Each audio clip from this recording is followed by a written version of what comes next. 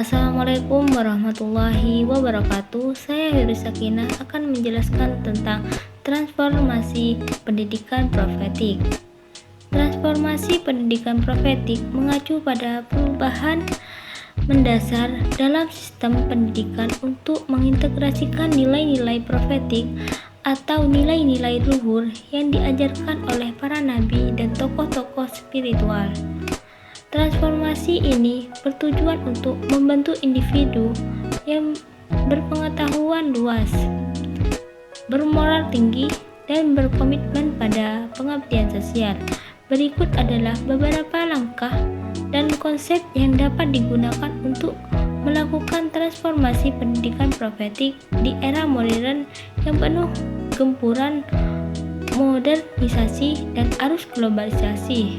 Transformasi pendidikan profetik menjadi kebutuhan esensial untuk membangun generasi muda yang berakhlak mulia dan tangguh dalam menghadapi berbagai tantangan zaman. Ciri-ciri transformasi pendidikan profetik. Pertama, holistika, meliputi seluruh aspek pendidikan dan kurikulum, metode pembelajaran hingga budaya sekolah. Yang kedua, berkelanjutan merupakan proses yang berkelanjutan yang terencana, tidak hanya program temporer. Yang ketiga, kontekstual, menyesuaikan dengan kebutuhan dan konteks masyarakat setempat. Yang keempat, partisipatif, melibatkan semua pihak termasuk pendidik, peserta didik, orang tua, dan masyarakat. Yang kelima, berbasis nilai, berlandaskan pada nilai-nilai profetik yang universal dan luhur. Strategi transformasi pendidikan profetik. Pertama, redefinisasi tujuan pendidikan, mendefinisikan kembali tujuan pendidikan dengan menekankan pada pembentukan karakter yang kuat selain dari pencapaian akademis.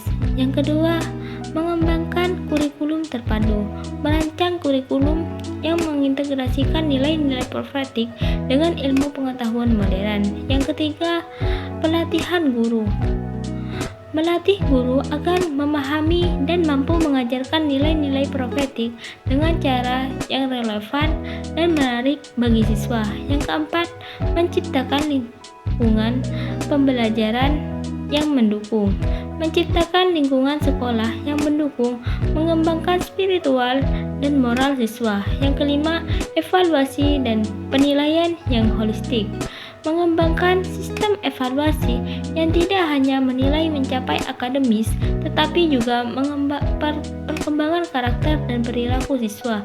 Yang keenam, kolaborasi dengan keluarga dan masyarakat, melibatkan keluarga dan masyarakat dalam proses pendidikan profetik. Yang ketujuh, pemanfaatan teknologi, memanfaatkan teknologi edukasi untuk mendukung pembelajaran nilai-nilai profetik.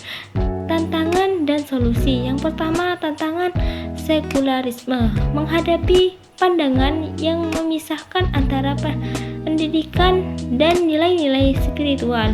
Yang kedua, edukasi tentang pentingnya integrasi nilai-nilai moral dalam pendidikan, membangun dialog dengan pemangku kepentingan, dan mendemonstrasikan manfaat pendidikan profetik. Kedua, perkembangan sumber daya, keterbatasan dana dan tenaga pendidikan yang terlatih.